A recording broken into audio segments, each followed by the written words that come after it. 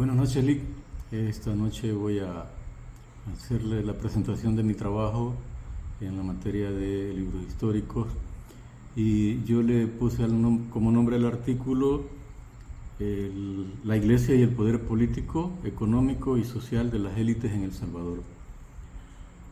Y para poder desarrollarlo tuve que hacer un recorrido histórico para comprender las élites en El Salvador desde sus orígenes, en el levantamiento del año de 1932, continuando con la privatización de la tierra, las causas y la guerra civil y sus consecuencias, y las reformas que se hicieron en los gobiernos para beneficiar a las élites. Y ante esta situación, ante este problema, la actitud de la Iglesia, ¿cuál fue? Yo lo dividí en la realidad de la Iglesia Católica y la realidad de la Iglesia Evangélica.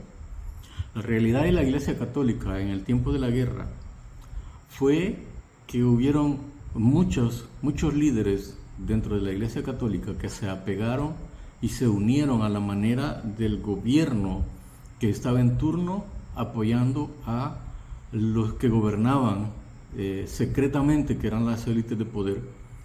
Pero dentro de la misma Iglesia Católica surgieron voces de protesta, y ahí podemos mencionar a Monseñor Romero, quien se dedicaba en sus homilías a hacer llamados al gobierno para que velaran por el bienestar y la salud del pueblo salvadoreño, a tal grado que llegaba a las comunidades y las organizaba.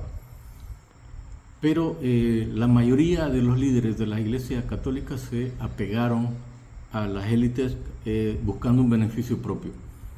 Ahora, la realidad de la Iglesia Evangélica, podemos ver que en ese tiempo de la guerra, la que más sufrió, la que más se desarrolló, fueron las iglesias pentecostales, que tuvieron muchos problemas para poder salir adelante.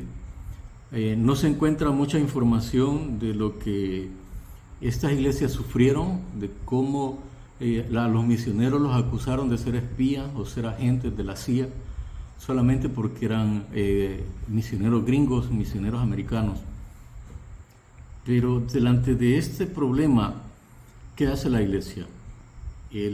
Si vamos al libro de Amós, en el capítulo 6, del versículo 4 al 8, ahí están reflejadas élites económicas también, y dice el versículo 4: duermen en camas de marfil, reposan sobre sus lechos, comen los corderos del rebaño y los novillos en medio del engordadero, gorjean al son de la flauta e inventan instrumentos musicales como David, beben vino en tazones y se unen con los ungüentos más preciosos y no se afligen por el quebrantamiento de José.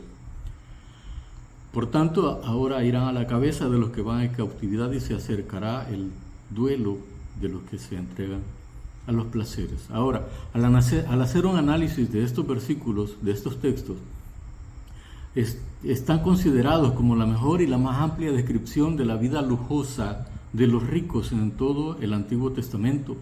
Y el profeta Amós está hablando de los muebles refinados, de la calidad de los alimentos, de la música en los banquetes, de la abundancia de la bebida, de los perfumes de primera calidad. Pero refleja la vida suntuosa y llena de lujos que están experimentando los nuevos ricos que están surgiendo en el pueblo judío a raíz de la prosperidad económica que estaban viviendo. En el contexto sociopolítico de estos pasajes, encontramos un reino del norte en Israel y un reino del sur, y ambos reinos están en progreso, se está viviendo una prosperidad económica, no hay guerras, lo único que hacen es disfrutar del dinero, pero se olvidan de los pobres, las viudas y los huérfanos. Es en ese contexto que aparece el profeta Amós, siendo el primero en hacer un llamado al pueblo y a sus gobernantes para que se sensibilicen al dolor de aquellos que están desamparados.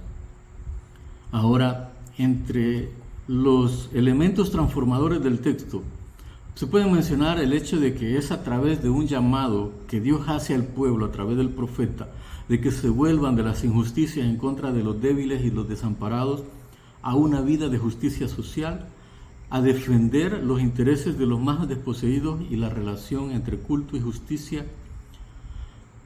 Ahora, hay un poder y es el poder de la elección. En el libro de Amós podemos ver muy marcadas las diferencias sociales. Unos pocos que quieren seguir viviendo de las ganancias obtenidas a como dé lugar y otros muchos que están deseosos de salir de pobreza en la que han vivido toda la vida. Y vemos a una iglesia pasiva que no se pronuncia. Nos damos cuenta que al no pronunciarse la iglesia sobre el desarrollo de las élites de poder, y lo que ha llegado a hacer es a apegarse tanto a ellas, que los fieles tenían que aceptar y respetar el orden, hablando del orden político, económico y social, y la iglesia lo hacía ver como un designio divino. Pero ¿qué de acción debe de tomar la iglesia evangélica?